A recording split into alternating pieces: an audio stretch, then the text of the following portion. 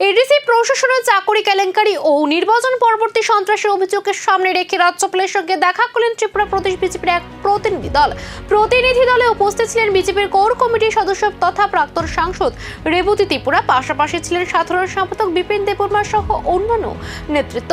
সাংবাদিক সম্মেলনে বিজেপির পক্ষ থেকে জানানো হয়, এই সমস্ত অভিযোগের প্রতিবাদে আগামীকাল অনুষ্ঠিত হতে চলা এডিসি শপথ গ্রহণ অনুষ্ঠানে তাদের নবনির্বাচিত এমডিসিরা শপথ গ্রহণ করবেন না। দলীয় নেতৃত্বের দাবি, গণতান্ত্রিক প্রক্রিয়ায় স্বচ্ছতা বজায় রাখা ও সন্ত্রাসমুক্ত পরিবেশ নিশ্চিত করার দাবিতে সিদ্ধান্ত নেওয়া হয়েছে। আমরা গভর্নর সাহেবের সঙ্গে আমরা দেখা করে ওনার নজরে দিলাম, কারণ আমাদের মাননীয় গভর্নর এডিসির উপরে ওনার একটা অধিকার আছে। উনি চাইলে তার তদন্ত, তার যে কোনো ব্যবস্থা পদক্ষেপ তিনি গ্রহণ করতে পারেন।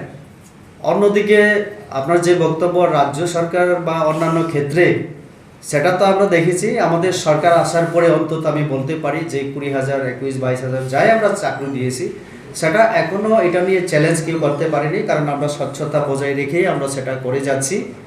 অন্তত রাজ্য সরকারের বিরুদ্ধে আমাদের সরকার 18-র পর থেকে এই অভিযোগ আমরা দেখি না। বামফ্রন্ট সরকারের সময় আমরা দেখেছি